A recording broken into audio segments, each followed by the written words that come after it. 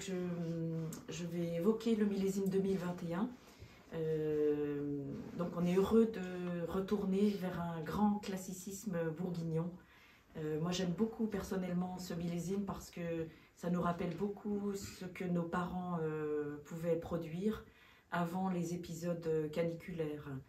2021, on a eu une année difficile dans les vignes. On a beaucoup travaillé pour essayer d'obtenir un raisin le plus sain possible.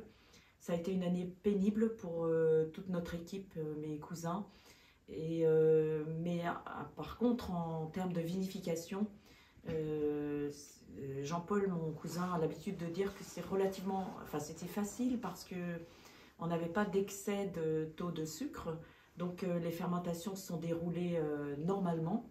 On a repris nos habitudes de cuvaison entre 10 et 15 jours et l'épigeage, l'extraction des matières tanins, colorantes 2 fois par jour.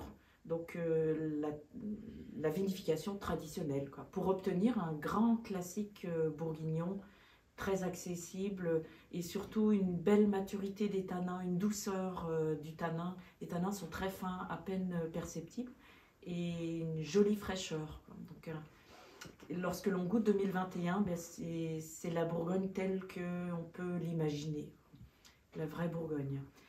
Par contraste, le millésime 2020 est un millésime atypique, très atypique.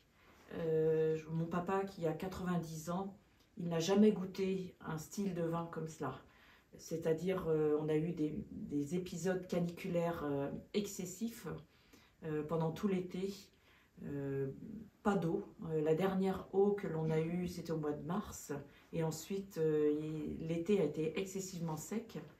Et le raisin avait une peau très épaisse qui a donné des couleurs très denses, beaucoup de tanins, également une concentration folle, beaucoup d'acidité et beaucoup de sucre.